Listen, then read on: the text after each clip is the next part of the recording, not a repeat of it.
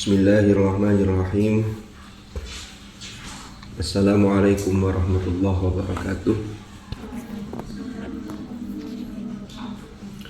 Alhamdulillahi rabbil alamin. Wassalatu wassalamu ala ashrafil anbiya wal mursalin Sayyidina Muhammadin wa ala alihi wa sahbihi ajma'in. Amma ba'd.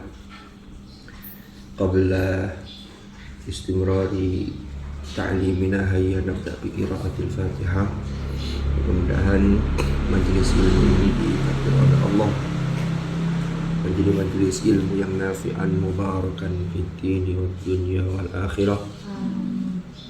Ala hadhihi niyyah wa ala kulli niyatin salihah wa ala ma nawaynahu wa ala ma nawahu as-salafus salih.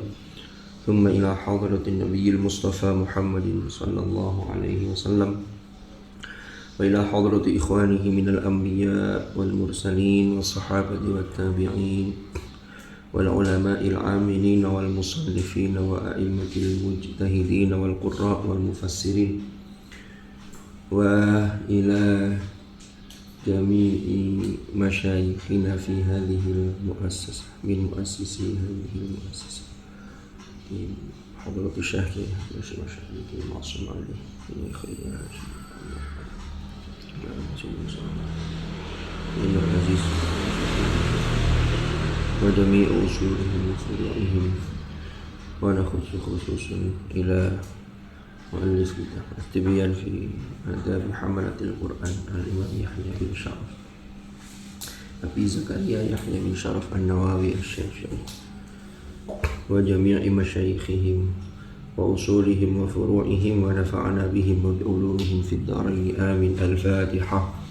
A'udzu billahi minasy syaithanir rajim. Bismillahirrahmanirrahim. Alhamdulillahirabbil alamin. Iyyaka na'budu wa iyyaka nasta'in.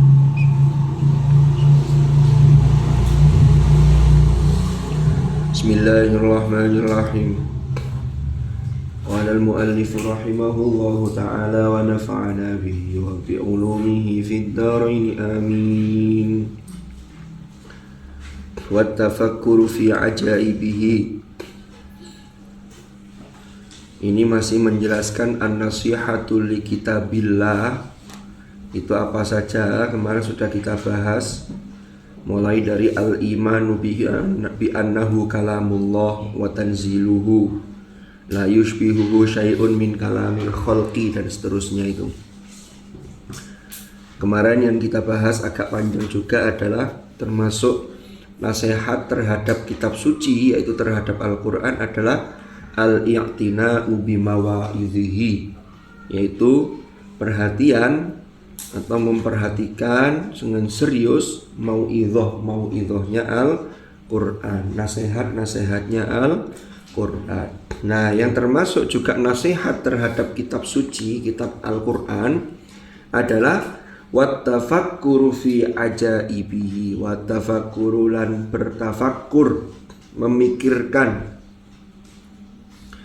Wattafakkuru dan bertafakkur atau selalu berfikir fi ajaibihi ing dalem keajaiban Al-Quran.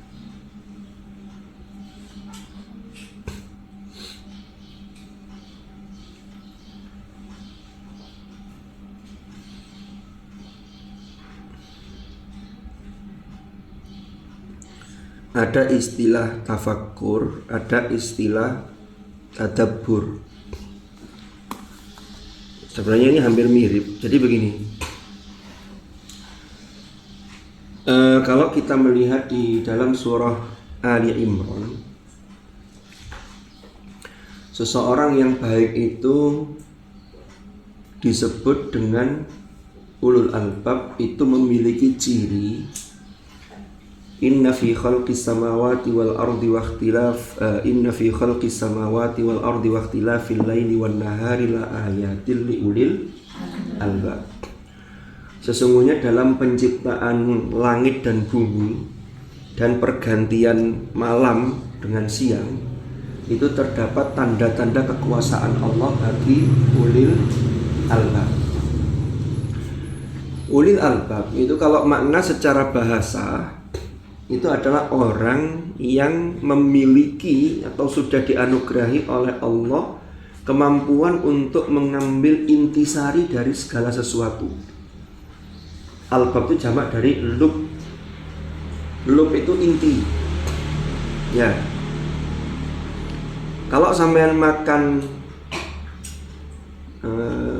durian, itu yang dimakan kulitnya apa? Buahnya. Buahnya. Ada yang makan kulitnya? Enggak. Mungkin ada yang saya tidak suka kalau buahnya, saya lebih senang kulitnya. Monggo. Maka kalau orang makan durian, kalau dimakan bukan kulitnya ya isinya, itu intinya di situ kan. Atau gede buah. Lalu ada mungkin kacang. Kacang itu makan kulitnya apa dalamnya?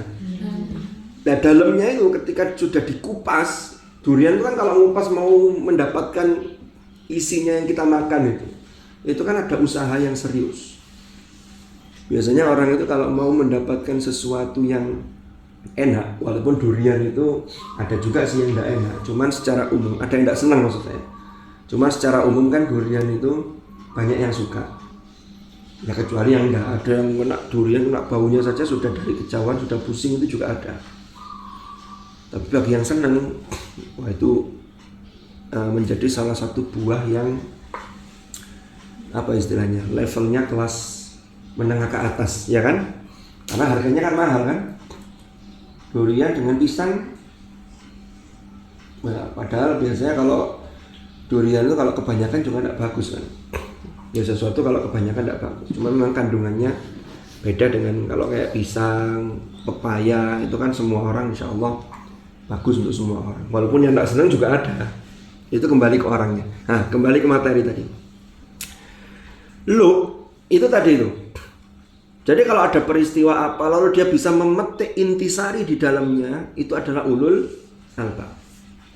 Dalam konteks inna fi khalqis samawati wal ard, penciptaan langit dan bumi dan perpindahan pergantian malam dan siang, ya. Kita ini yang hidup kan mesti dalam posisi itu. Ada tak yang ketika di dunia ini tidak mengalami pergantian siang dan malam? Kalau tidak mengalami, ya ini dunia ini sudah kiamat kalau mandek gitu. Mataharinya mandek gitu ya. Artinya bumi tidak berputar, mengelilingi, tidak berotasi. Kan rotasi bumi itu 24 jam itu. Kalau revolusi berapa? Evolusi atau revolusi itu? Yang mengelilingi matahari itu loh. Nah, selama 365 evolusi ya. Evolusi. Oke, 365 hari. Itu kalau mandek berputar pada porosnya kan rotasi ya. Itu kan siang malamnya kan mandek. Mataharinya kan tetap. Makanya bahasa Al-Quran itu watarashamsa idza tala'at tazawaru. Itu ketika bicara menceritakan Ashabul Kahfi itu. Watarashamsa idza tala'at. Engkau melihat matahari idza tala'at. Kayak matahari itu yang terbit dari timur menuju ke barat yang jalan. Padahal yang jalan kan sesungguhnya buminya. Matahari tetap. Itu namanya bahasa-bahasa yang nisbi, bukan hakiki. Hanya nisbatnya saja. Karena kita memandang matahari sudah terbit. Padahal mataharinya tetap kan. Ya karena posisi kita ini sehingga menyebabkan ada siang dan malam. Berarti itu bicara mengenai waktu. Kalau ada orang yang senantiasa dalam kehidupan ini, pergantian siang malam, lalu Allah menciptakan segala sesuatu. Inna fi khalqis samawati wal ardh, termasuk wa ma fihima. Termasuk menciptakan segala sesuatu yang ada di langit dan di bumi. Lalu manusia itu senantiasa berpikir, tapi dilandasi dengan zikir, maka mereka itulah ulul albab. Dalam ayat ini lanjutannya dijelaskan ulul albab itu siapa? Alladzina apa? Yang sudah sampai kan juz 4 ya? Sudah lewat, karena sudah lewat sehingga masa sudah lewat terus lupa kan? Jangan. Alladzina yadhkuruna Allaha qiyaman wa qu'udan wa 'ala junubihim, yaitu orang-orang yang senantiasa mengingat Allah Yadhkurunallah, baik dalam keadaan qiyaman berdiri, dalam keadaan duduk atau baring. Wa ala junubihim, orang itu tidak akan lepas dari 3 keadaan. Nek gak ngadeg yo lungguh, nek gak lungguh yo kelesetan. Tahu kelesetan? Kelesetan bahasa Jawa ya tiduran. Berdiri, ada yang berdirinya sambil lari, ada yang berdirinya sambil jalan, ada yang berdiri diam di tempat. Itu kan berdiri semua. Duduk, nah, ada yang duduk bersila, ada yang duduk dengan melipat kakinya, ada yang duduk dengan tapi nggak ada di sini. Sembunjung, tahu sembunjung ya? Kakinya selonjoran. Tiduran juga begitu. Tiduran tuh macam-macam. Ada yang tidur sambil tidur miring, melumat, nyantai begitu itu. Jadi 3 hal. Ternyata ulul albab itu yang mendasari yang pertama, orang yang bisa mengambil intisari, mengambil pelajaran dari kehidupan ini. Namanya kehidupan kan tadi itu bisa dari penciptaan, bisa juga dari pergantian siang dan malam. Ini urusan tempat dan waktu. Itu dasarnya harus dia yadhkurunallah qiyaman wa qu'udan wa ala junubihim. Yang kedua apa? Wa yatafakkaruna fi khalqis samawati wal ardh. Mereka senantiasa bertafakkur. Dalam hal apa? Makhluk. Makhluk itu apa? Ciptaan Allah. Fi khalqis samawat, dalam penciptaan langit. Allah menciptakan langit dan bumi. Yaitu termasuk segala isinya. Itu namanya ulul albab. Nah, kalau bicara mengenai at-tafakkur fi ajaibihi, jadi Al-Quran itu, jadi bedanya gini. Contoh, ada ayat dalam Al-Quran surat Al-Ghasyiyah. Sudah hafal semua kan Al-Ghasyiyah? Afala yanzuruna ilal ibili kaifa khuliqat. Apakah mereka tidak memperhatikan? Apakah mereka tidak meneliti kepada apa? Ilal ibil, unta. Kaifa khuliqat, bagaimana unta itu diciptakan. Di balik ayat ini, jadi kalau ayat ini kemudian direnungkan, itu namanya tadabbur ayat ini. Ditadaburi. Kenapa ya? Allah kok mengangkat unta? Berarti ada sesuatu dengan unta ini yang harus kita ambil pelajaran. Berarti mentadaburi ayat suci Al-Quran. Lalu dilihatlah unta. Ketika melihat unta, maka unta itu dikaji, diteliti. Ini namanya tafakkur fi khalqillah, yaitu bertafakkur dalam penciptaan, dalam ciptaan Allah. Sampeyan tahu unta? Kenapa kok sampai diperintahkan unta itu untuk dikaji? Pertama, unta itu adalah hewan padang pasir yang memiliki kekhasan atau keistimewaan yang tidak dimiliki hewan yang lain. Unta itu tidak makan, tidak minum sampai 2 bulan itu kuat. Sudah tahu ini ya? Karena dia punya tempat untuk cadangan persediaan bahan makannya di punuknya itu. Al-Quran itu menggambarkan kalimat unta itu ada ibil, ada naqah, ada jamal, hatta yalijal jamalu fi sammil khiyat. Di juz 8 itu, di surat Al-A'raf itu ada menggunakan him, fasyaribuna alaihi minal hamim fasyaribuna syurbal him. Surat apa itu? Sama biasanya baca itu kalau pagi habis subuh. Al-Waqi'ah. Dan kalau sudah dikasih pancingan habis subuh, sudah ada lain Al-Waqi'ah, bukan Al-Baqarah. Lalu ada yang menggunakan naqah, ya kan? Naqatallah wa suqiyaha, unta Allah, seperti dalam surat Asy-Syams. Ternyata masing-masing penggunaan kata ini, kalau mentadabburi Al-Quran sekaligus bertafakkur dari sisi bahasa, tujuannya itu sama-sama unta, tapi titik tekannya dan ada perbedaan antara satu dengan yang lain. Sampai tak kasih tahu ini. Itu namanya dalam bahasa Arab itu disebut at-taraduf. Taraduf itu sinonim, tapi sinonim dalam bahasa Arab itu ternyata menurut mayoritas pakar bahasa tidak ada sinonim yang sama persis, tapi pasti ada perbedaan. Makanya namanya bukan at-taraduf at-tam, tapi syibhut taraduf. Sama sekarang tidak paham tidak apa-apa, yang penting sudah pernah dengar dulu istilahnya. Apa itu? Gak apa-apa, nanti lama-lama akan paham. Karena ilmu Allah itu tidak langsung berikannya kesampaian, itu ada proses. Saya dulu usia sampean kelas MTS, Alia itu belum ada yang ngasih tahu tentang sinonim, itu belum ada, kecuali sinonim dalam bahasa Indonesia. Dan itu dipelajari kalau itu dalam pelajaran bahasa Indonesia. Nah, sinonim bahasa Arab itu lebih kaya. Saya lanjutkan. Ternyata kalau bicara mengenai ibil itu unta, tapi menyebutkan unta secara mutlak, pokoknya secara umumnya unta itu ya ibil. Itu bahasa Arab. Beda dengan nakoh. Kalau nakoh itu adalah unta yang setelah melahirkan dia menyusui anaknya, maka disebut dengan nakoh. Pada untoi. Apakah dia disebut ibil? Secara umum ibil, ya kan? Tapi ketika dia melakukan proses setelah melahirkan lalu menyusui dan seterusnya, seperti untanya Nabi Soleh yang berasal dari batu. Surat Asy-Syams kan begitu ya, mukjizatnya Nabi Soleh. Batu. Kenapa kok batu? Karena ketika itu kaum Samud, kaumnya Nabi Soleh Samud ya. Sekarang muncul lagi kaum Samud itu gara-gara ada gula. Ada gula, ada Samud. Itu kaum Samud. Lah, kaumnya Nabi Soleh itu ganggu unta. Mereka itu kaumnya Nabi Soleh itu kan wa thamudal ladzina jabus sakhra bilwa. Apa itu artinya?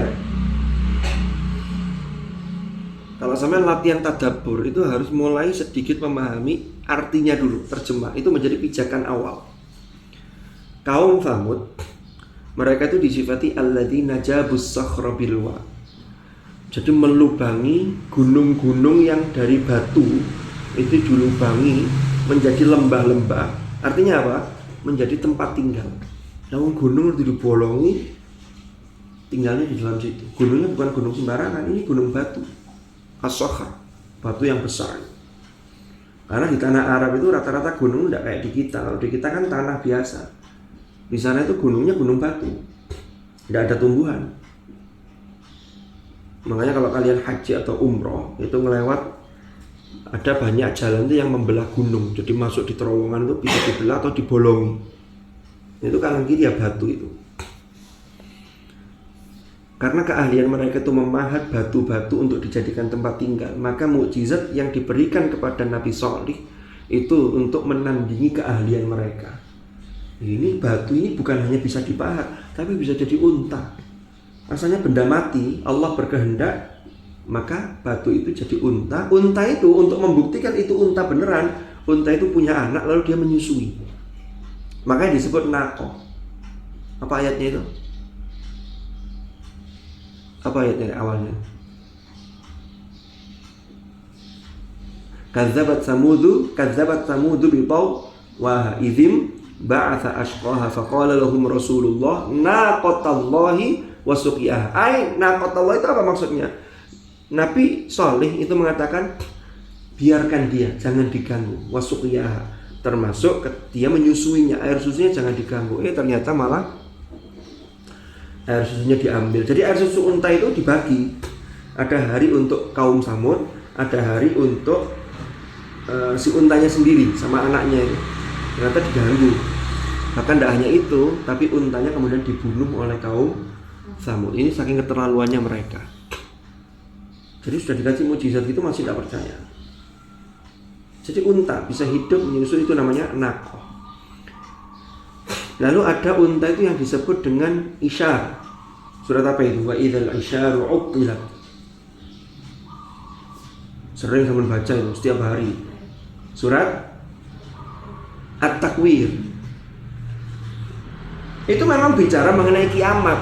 Isyar itu apa? Isyar itu adalah, ada yang memahami itu unta-unta yang dalam keadaan bunting, hamil. Lalu kemudian dia juga unta yang digunakan sebagai kendaraan. Zaman dulu itu kendaraan yang mewah itu ya unta untuk perjalanan. Karena kuat. Padang pasir itu kuat. Kalau untuk perang, kuda. Kalau untuk perjalanan dagang, itu yang kuat itu unta. Gak gampang ngelak. Jadi perbekalan sudah tidak kupu untuk perjalanan, ngopeni unta enggak. Karena dia tadi itu, makanya afala yang burun ilal ibili kaifa khuliqat tadi itu. Isyar, ketika Al-Quran bicara wa idzal isyaru ubtilat, apabila unta-unta itu dianggurkan, tidak anggurkan apa ya? Tahu nganggur. Ubtilat itu dianggurkan. Mereka biasanya dipakai untuk transportasi dan seterusnya. Tapi dia ketika nanti hari kiamat itu dianggurkan, sudah tidak kepake unta itu untuk perjalanan.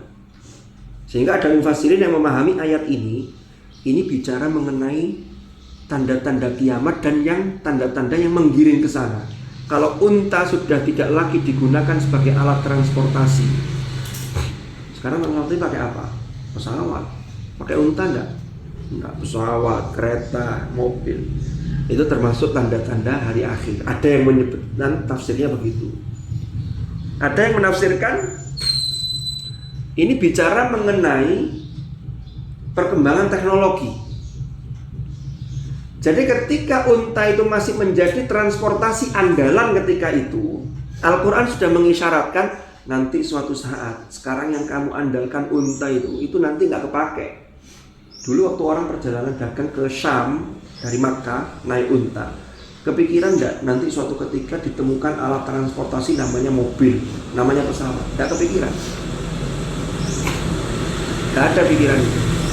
Maka isyar itu unta yang digunakan transportasi, ada yang menafsirkan unta yang dalam kondisi hamil. Kalau hewan ya bunting. Terus apa lagi? Al-him. Surat Waqiah ya. Him itu apa? Ternyata him itu unta itu dia kena penyakit, yang penyakit itu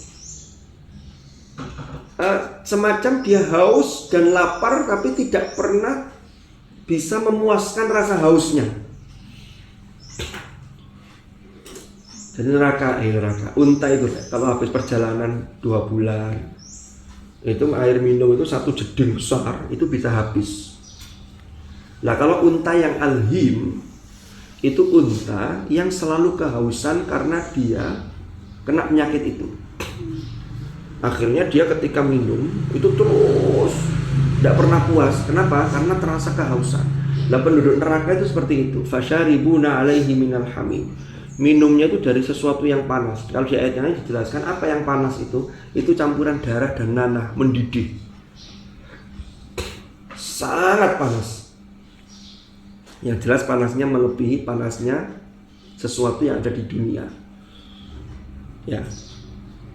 Itu di neraka kayak gitu. Nggak usah jauh-jauh ke neraka ya. Saya kapan hari itu bulan yang lalu itu berkesempatan mengunjungi sisa-sisa letusan Merapi di tahun 2010. Jadi di Gunung Merapi itu ada satu bunker bacanya, tempat berlindung besar gitu. Itu maunya bunker itu digunakan untuk persembunyian dan untuk menyelamatkan diri bagi penduduk, tapi dari awan panasnya Merapi. Kalau awan panas di atas begitu, di bunker masih selamat. Ternyata yang terjadi di tahun itu, yang keluar dari Merapi itu bukan hanya awan panas, tapi lahar panas, lava pijar. Lava pijar itu ada 2 orang relawan masuk ke dalam bunker itu. Lava pijar itu ternyata turun ke atas bunker itu, nutupi bunker itu. Menurut para ahli, panasnya lava pijar itu kira-kira 1000 lebih derajat Celcius ya, 1000 lebih. Air mendidih saja itu hanya membutuhkan 100 derajat itu sudah mendidih. Ini 1000. Dan itu sampai sekian bulan, itu yang bisa masuk ke situ hanya kendaraan berat TNI, karena sisa-sisa lava itu di luar itu masih panas. Itu padahal sudah sekian bulan, 2 bulan atau 3 bulan setelah itu. Ternyata di dalam yang relawan 2 orang itu orangnya sudah kaku, karena ya gosong, kekaruan, karena panasnya luar biasa. Itu baru dunia. Kita ini kalau tafakur itu begitu, iya ya. Dunia koyo ngene ndane nanti di akhirat yang di neraka, naudzubillah. Panasnya tambah koyo opo. Lah penduduk neraka itu rek minumnya bukan teh begini, kalau ini mah enak. Enak kemana? Gak percaya, gawe yo. Penduduk neraka itu minumnya sudah, kalau di surat Al-Ghasyiyah yang atas ayatnya kan laisa lahum ta'amun illa min dhari. Makanan mereka itu tidak lain adalah dhari. Dhari itu apa? Ternyata dhari itu ada sejenis pohon di padang pasir, yang pohon itu kalau masih basah itu unta masih mau. Tapi kalau dhari itu adalah pohon itu sudah kering dan ini unta saja tidak mau. Kenapa? Karena kalau dimakan itu membahayakan bagi tubuh. Lah penduduk neraka itu makanannya kayak gitu. Laisa lahum ta'amun illa min dhari la yusminu wa la yughni min ju'. Tidak menyehatkan, juga tidak bisa membuat kenyang, ya kan? Nah, yusminu wa la yughni min ju'. Itu maksudnya apa? Makanan itu nggak menyehatkan, malah bisa membahayakan dan nggak bisa mengenyangkan. Tapi penduduk neraka kan udah ada makanan lain, itu dimakan. Minumnya tadi itu fasyaribuna alaihi minal hamim, panas diminum. Sesuatu yang panas kalian minum. Wah, sini enggak karuan sudah. Ini urusan neraka loh ya. Sudah gitu minum lagi. Kenapa? Karena dia merasa haus seperti him. Cara minum mereka tuh seperti minumnya unta yang kehausan. Kenapa? Karena unta itu sudah lama enggak makan, enggak minum. Plus unta itu penyakitan, punya penyakit, enggak bisa menghilangkan rasa dahaganya, sehingga tuh kalap gak karu-karuan. Itu siksa. Itu him. Nah kan berarti sudah ibil, isyar, naqah, him. Ada lagi jamal. Jamal itu juga unta. Cuman seperti apa ini nanti yang perlu saya baca lebih lanjut. Itu seperti juz 5 itu. Juz 8 ya. Hatta yalijal jamalu fi sammil khiyal. Sampai-sampai seperti unta itu masuk ke lubang jarum. Itu sebuah bahasa perumpamaan. Silakan nanti dibaca di surat Al-A'raf itu. Nah, jadi tafakur dan tadabbur itu begitu. Jadi kalau tadabbur itu ada satu ayat, kita angan-angan maknanya apa di balik ayat itu, mulai dari kajian bahasanya, lalu dikaitkan dengan penciptaan ini. Itu berarti menggabungkan tadabbur sekaligus tafakur. Nah, informasi Al-Quran itu pasti menakjubkan, makanya disebut ajaibihi. At-tafakkuru fi ajaibihi.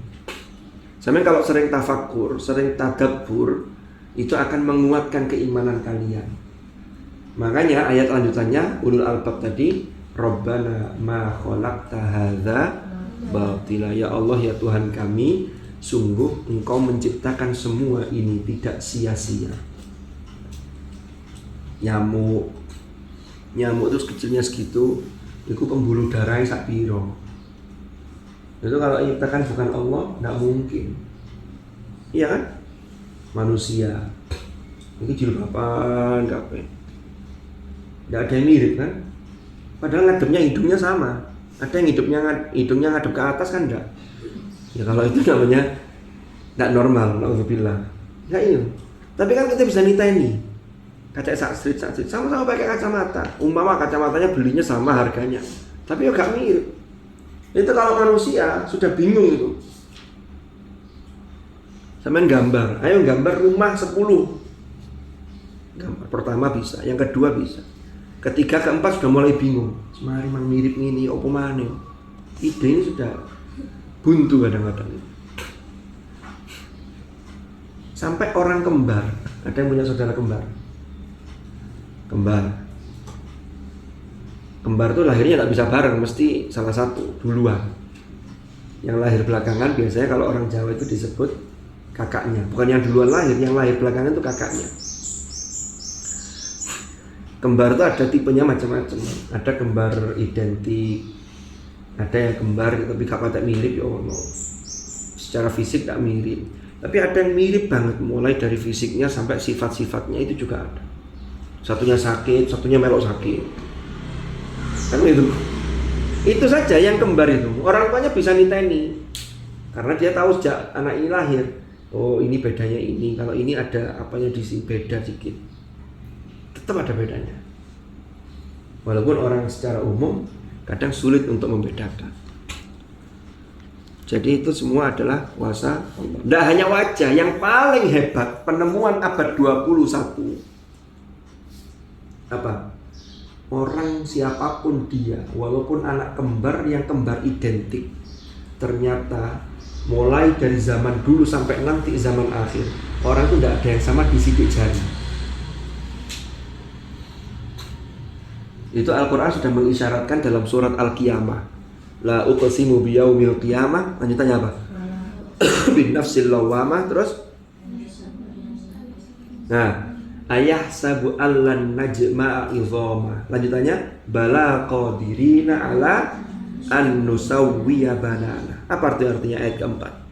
Bala qadirin, kami mampu ala an nusawwiya banana, menyusun kembali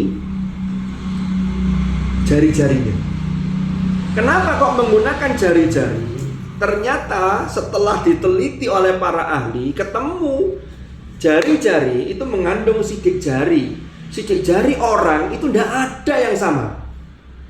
Makanya sampean ada cap 3 jari, ada cap jempol. Bahkan sekarang ini kalau sampean sudah berKTP, data sampean kan sudah terekam semua di database-nya negara ini. Itu mulai dari difoto mata, sorot mata, iya kan? Lalu jari, tangan, itu sudah direkam semua. Sehingga kalau ada sesuatu, umpama ini siapa yang bekas megang cingkir ini, bekas sidik jari itu nempel. Ada alat untuk mendeteksi. Oh, seret, tinggal masukkan ke data, muncul. Iki sidik jarinya Hasim, sidik jarinya yang buat teh tadi siapa, kan begitu. Makanya itu semua sudah ada isyaratnya. Sampai setelah sidik jari tidak sama. Makanya kalau sama lah gaya apa cap jempol. Saya tidak usah cap jempol, diwakili teman saya saja tidak bisa. Karena kita ingin itu ya. Tapi itu semua orang itu akan berbeda. Itu termasuk fi ajaibi al-Quran. Itu kemukjizatan, keajaiban isyarat dari Al-Quran. Terus ngono iku lho kok masih ada orang yang tidak beriman. Kan begitu. Padahal Allah sudah memaparkan bukti-bukti kekuasaannya, bukti-bukti tanda-tanda kekuasaan Allah. Ada pertanyaan? Saya persilakan. Monggo yang mau nanya.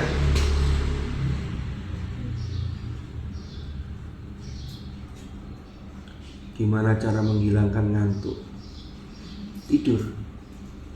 Tidur aja nggak apa-apa, nanti saya bangunin kalau sudah selesai. Enak kan? Apalagi tadi malam yang ngaji kepanjangan, yang isi ceramah itu udah ketahuan, makanya sampai jadi ngantuk kan. Saya tidak menyalahkan sampean 100%. Ini salah saya khilaf. Ya Allah. Kalau pegang mic kadang nggak kerosot. Mau di sini nggak ada mic-nya saja tidak terasa cerita. Apalagi dikasih mic, maka ngajinya nggak usah bawa mic, nanti bisa sampai jam 8. Ngaji di sini nih. Yang mau tanya? Nggak ada.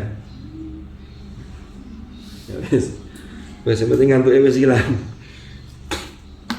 Jadi sampai nang tak kira libur ngajinya, kan tadi malam sudah ngaji. Ya ini sebagai bukti kita meneladani Rasulullah itu ngajinya tambah sregep kayak gini. Jadi jangan malah banyak libur. Wa tafakkuru fi ajaibihi. Paham ya contoh-contoh tadi itu? Jadi begitu. Wal amalu bi muhkamihi.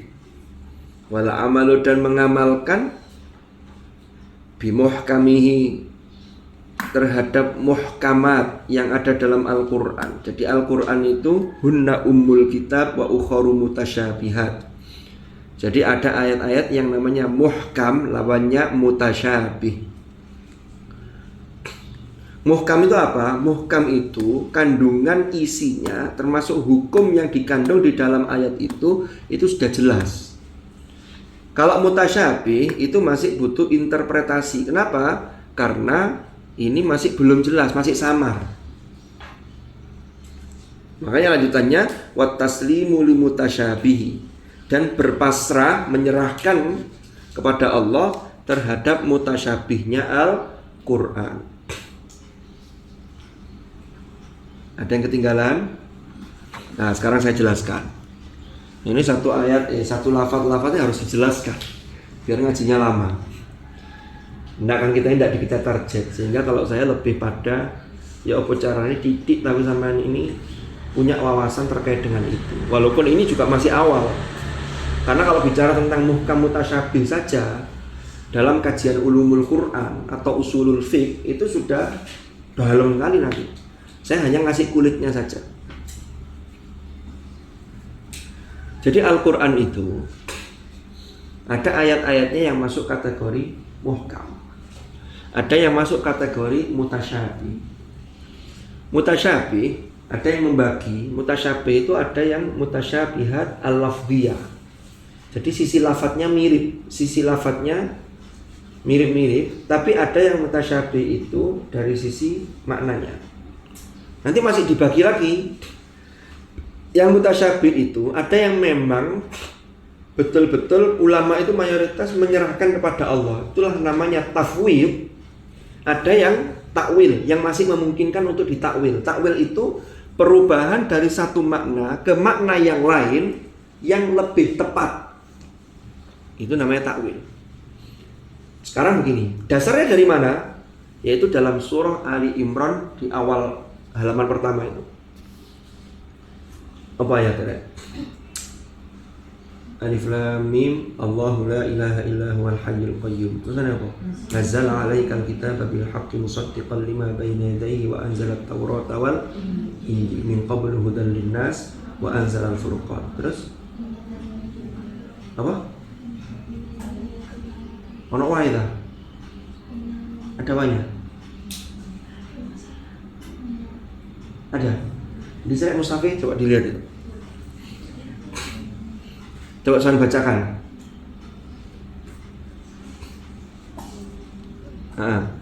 Dimulai dari tadi min qablu hudan linnas wa anzalal furqan. Oh, kono wae, mang kei wae. Ya kamu mangan bingung saya lu kono wae. Mushafnya sama enggak dengan yang lain? Sama kan? Ya berarti yang bermasalah bukan mushafnya kan? Ya mungkin waktu ahli gini. Apa? Lanjut. Innalladzina kafaru bi ayatillahi lahum 'adzabun syadid. Terus? Innallaha la yakhfa, terus? Innallaha la yakhfa 'alaihi syai'un fil ardi wa la fis sama'. Walladzi yusawwirukum fil arhami kayfa yasha'. Terus lanjut. La ilaha illa huwal azizul hakim. Lanjut. Walladzi anzala 'alaikal kitaba minhu ayatun muhkamatun. Nah ini ayat ini. Huwallazi anzala 'alaikal kitab minhu ayatun muhkamatun hunna ummul kitab wa ukharu mutasyabihat. Fa ammal ladzina fi qulubihim zayghun, maka adapun orang-orang yang di dalam hatinya itu ada kebengkokan, ada kecondongan, fayattabi'un apa? Fayattabi'una ma tasyabaha minhu ibtigha'al fitnati wa ibtigha'a ta'wili, kan begitu. Orang ada orang yang memang hatinya itu tidak sehat, sehingga sengaja menyimpangkan kandungan isinya ayat-ayat mutasyabihat. Ada yang tujuannya untuk mentahrif Al-Quran. Nah, lanjutannya, wa ma ya'lamu ta'wilahu illallah, dan tidak tahu takwilnya kecuali Allah. Ini ada dua ulama yang ada dua versi terkait dengan beberapa pendapat ulama. Pertama begini, Rek. Ada yang membaca ayat ini berhenti di waqaf mutlak, wa ma ya'lamu ta'wilahu illallah, dan tidak mengetahui takwilnya kecuali Allah. Berarti yang tahu takwilnya hanya Allah. Lanjutannya, warrasikhuna fil ilmi. Apa artinya ar-rasikhuna fil ilmi itu? orang-orang yang mendalam ilmunya, yaquluna aman nabi, mereka mengucapkan aman nabi, kami beriman kepada Allah. Tafwid, menyerahkan. Oh, maknanya yang tahu Allah. Tapi ada ulama yang menjelaskan begini, itu disambung boleh, sehingga maknanya dan tidak ada yang tahu takwilnya kecuali Allah dan orang-orang yang mendalam ilmunya, sehingga wawunya itu berfungsi sebagai wawu athof. Berarti alim ulama yang betul-betul memahami itu boleh mentakwil, asalkan takwil itu tidak bertentangan. Paham? Jadi ayatnya sama, hanya perbedaan waqaf sehingga muncul perbedaan makna. Warrasikhuna fil ilmi. Siapa itu ar-rasikhuna fil ilmi? Para orang yang mendalam ilmunya. Imam Al-Baghawi, ada imam namanya Al-Baghawi, itu punya kitab tafsir judulnya Ma'alimut Tanzil. Itu menjelaskan ayat ini. Ternyata orang yang mendalam ilmunya itu cirinya orang yang bisa memadukan dalam dirinya dan ilmunya itu 4 hal. Kata beliau begini, ar-rasikhu fil ilmi man wujida fi ilmihi arba'atu asya. Orang itu kalau sudah ar-rasikh itu ilmunya mendalam, mendarah daging, itu memadukan 4 hal dalam ilmunya yang ada dalam dirinya. Apa itu? Yang pertama, at-taqwa bainahu wa bainallah. Dia punya landasan ketakwaan antara dirinya dengan Allah. Paham? Takwa itu apa? Secara umum kalau kita belajar kitab-kitab akhlak itu imtithalul awamir wa jtinabun nawahi. Ternyata takwa itu lebih dari itu. Kenapa kok orang itu bisa melakukan perintahnya dan menjauhi larangannya? Saya merujuk pada pengertian yang diberikan oleh Sayyidina Ali. Sayyidina Ali itu suatu ketika pernah ditanya, Su'ila Aliyun anit taqwa. Jadi Ali itu ditanya, takwa itu apa? Ternyata kata beliau, takwa itu menggabungkan 4 hal dalam satu ungkapan. Takwa, apa itu? Yang pertama kata Ali, al-khawfu minal jalil, memiliki rasa takut kepada Allah Zat yang Maha Agung, al-jalil. Lalu yang kedua, al-amalu bitanzil, melaksanakan isi kandungan Al-Quran. Tanzil itu Al-Quran. Kemarin sudah kita bahas, tanzilu kan begitu. Lalu yang ketiga, al-qana'atu bil qalil, menerima walaupun itu dianggap sedikit. Sama dapat kiriman atau dapat rezeki, tapi koyo-koyo mek didik, tetap disyukuri.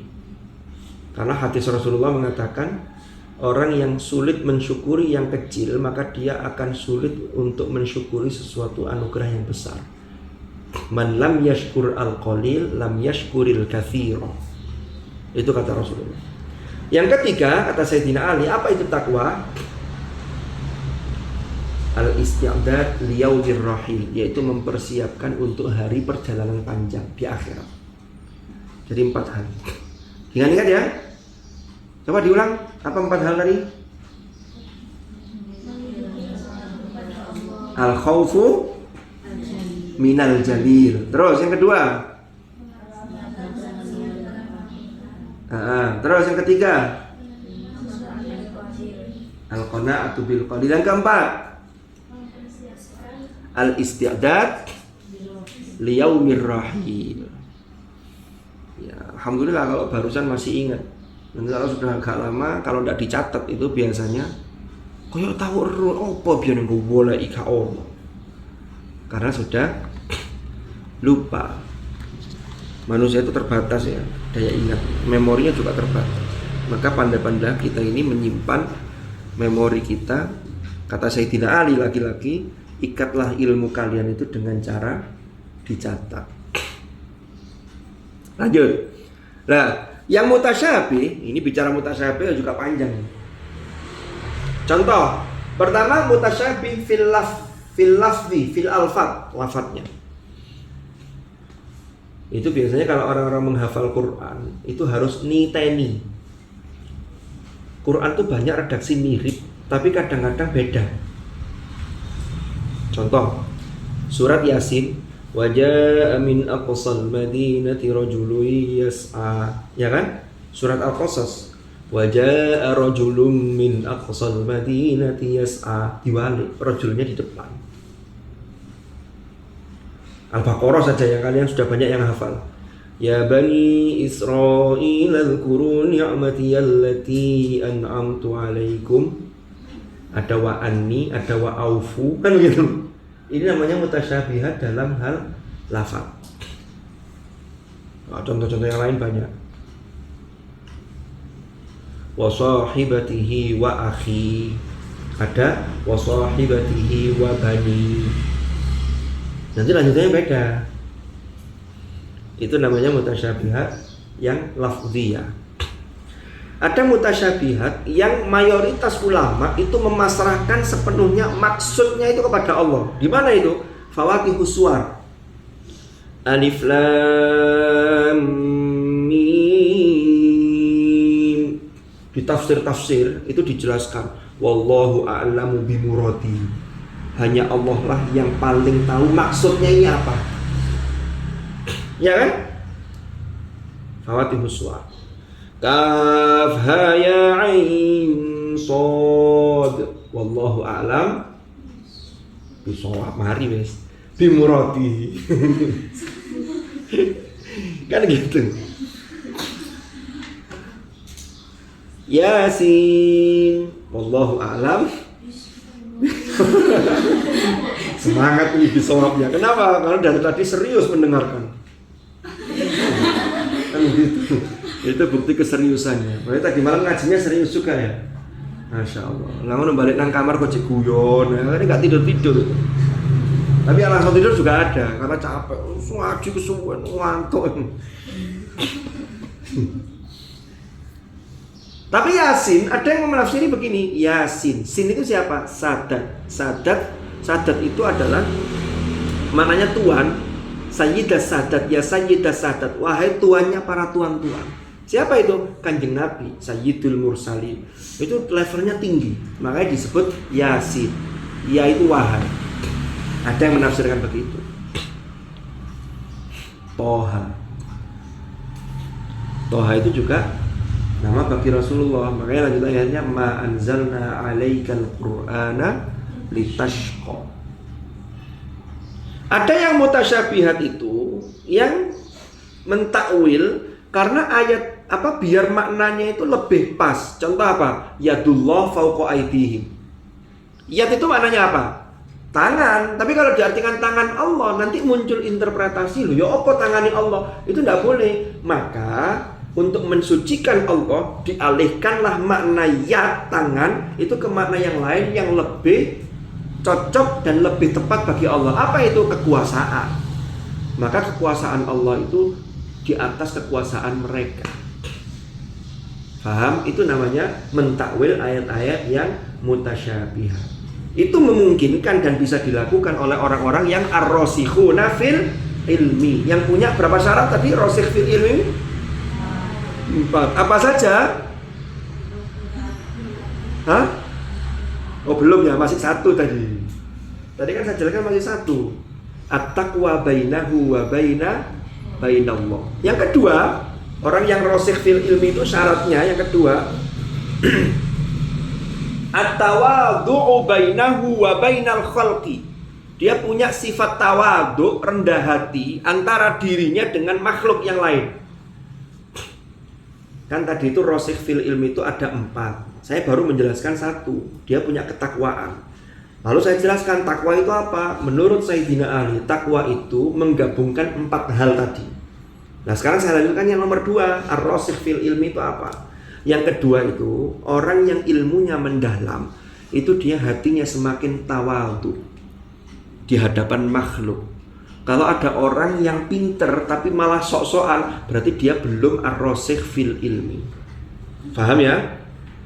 Jadi ada at-tawadhu wa tawadhu bainahu wa bainal khalqi. Yang ketiga, az-zuhdu bainahu wa bainad dunya. Dia zuhud antara dirinya dengan urusan dunia, itu dia zuhud. Zuhud itu apa? Zuhud itu bukan berarti tidak mau urusan dunia. Sugih teh tidak mau ini kan urusan dunia, saya tidak mau minum teh.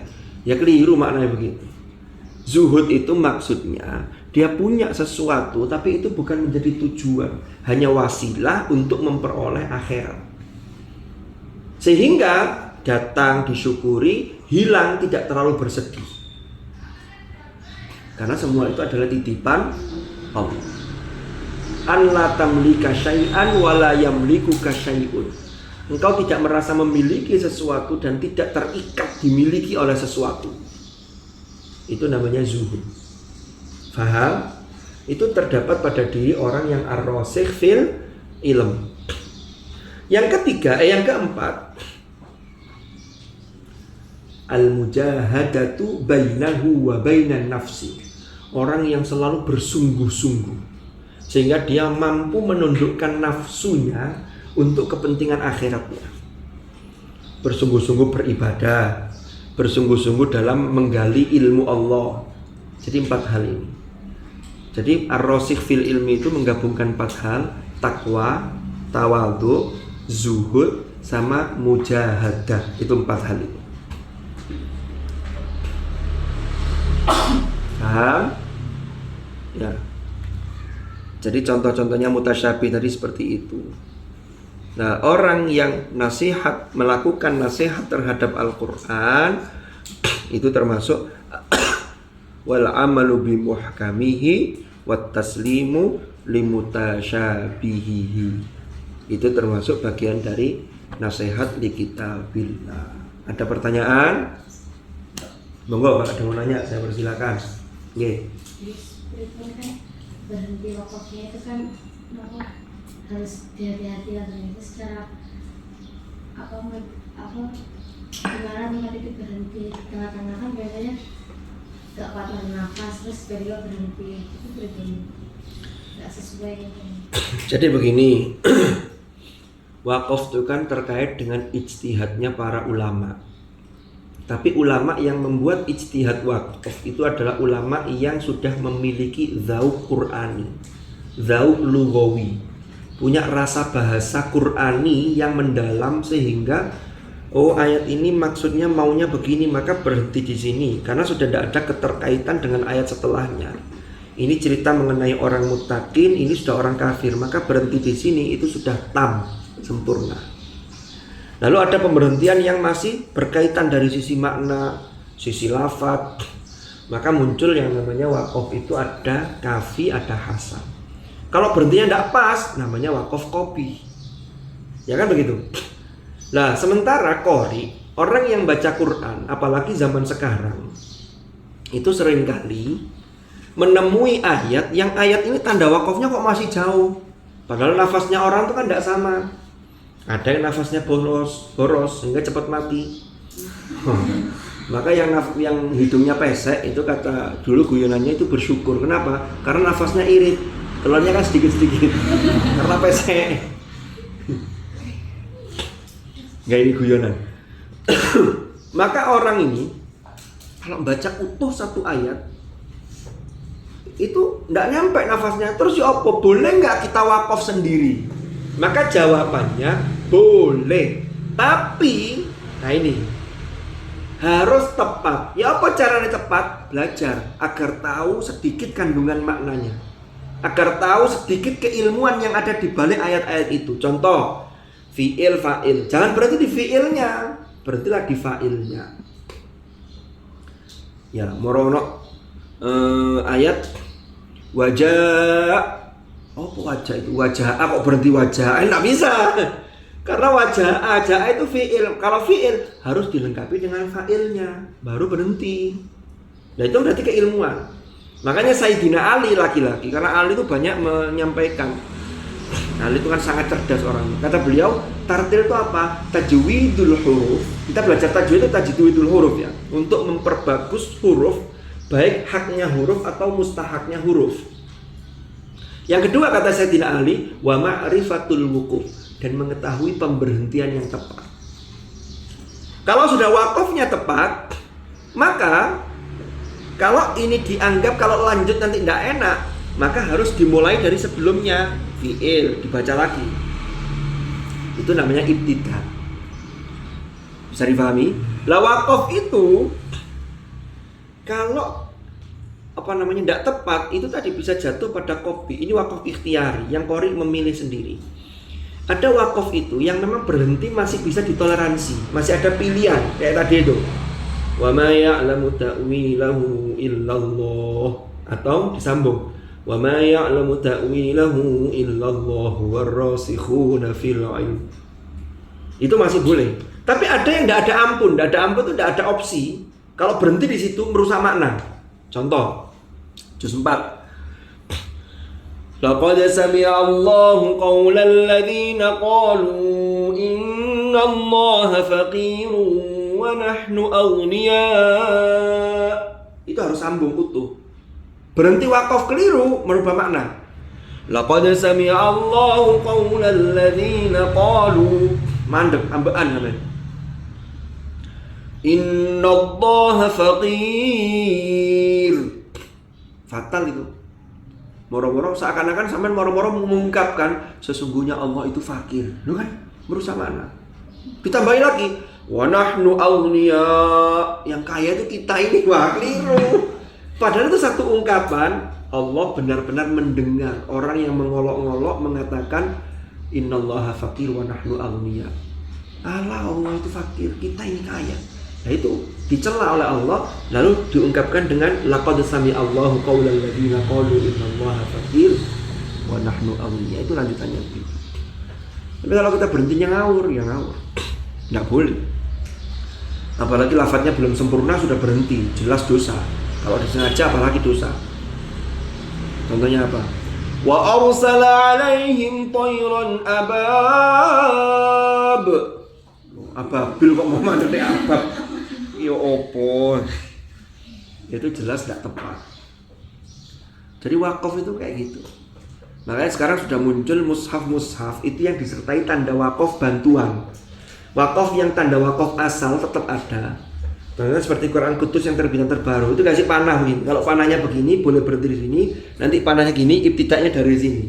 Ini untuk memandu kita yang tidak paham atau yang belum paham maknanya, sehingga tidak terjerumus, tidak terjerembab pada wakaf yang tidak tepat. Begitu. Itu bicara mengenai wakaf. Saya kira itu. Hari ini libur sekolahnya. Kemarin libur. Berarti liburnya sudah ya kemarin. Semoga manfaat, semoga barokah. Wallahu a'lam bishawab. Semoga hajat baik kita diijabah oleh Allah. Sampai ilmu manfaat barokah, urip barokah. Al-Fatihah.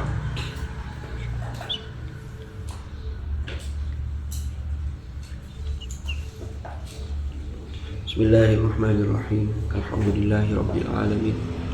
Allahumma salli wa sallim ala sayyidina Muhammad.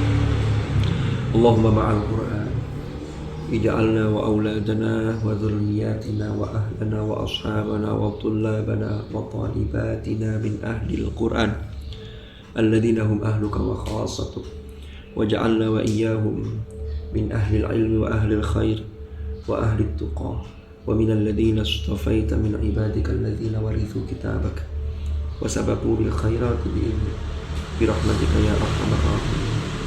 Allahumma arzuqna fahman nabiyyin wa hifdzal mursalin wa ilhamal malaikatikal muqarrabin wa ilhama malaikatikal muqarrabin. Allahumma ya Allah, inna nas'aluka ilman nafi'a ya Allah. Allahumma ya Allah, yassir wa la tu'assir, yassir lana umurana kullaha, la hawla wa la quwwata illa bik. Ij'al ijtima'ana ijtima'an marhuma wa tafarruqana min ba'dihi tafarruqan ma'suma wa la taj'al ma'ana wa fina shaqiyyan wa la mahruma bi rahmatika ya arhamar rahimin. Wa sallallahu ala sayyidina Muhammad walhamdulillahi rabbil alamin. Al-Fatihah.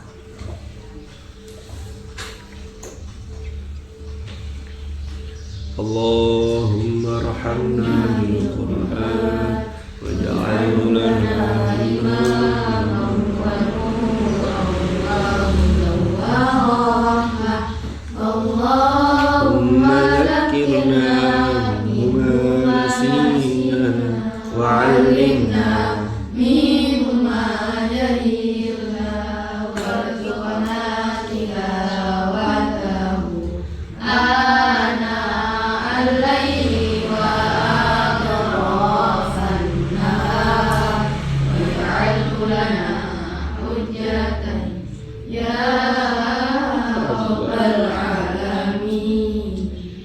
Ini jamnya kecepatan kayaknya sampai dicepatkan. Ya saya masih jam 6 lebih 1 menit. Cepet no ngaji aja cepet mari nih wong. Nggak guyon ya. Taib, Allahu a'lam bishawab. Subhanakallahumma bihamdika asyhadu an la ilaha illa anta astaghfiruka wa atubu ilaik. Wa sallallahu ala sayyidina Muhammad. Alhamdulillahi rabbil alamin. Hadanallahu iyyakum ajma'in. Al-'afwa minkum. Assalamualaikum warahmatullahi wabarakatuh.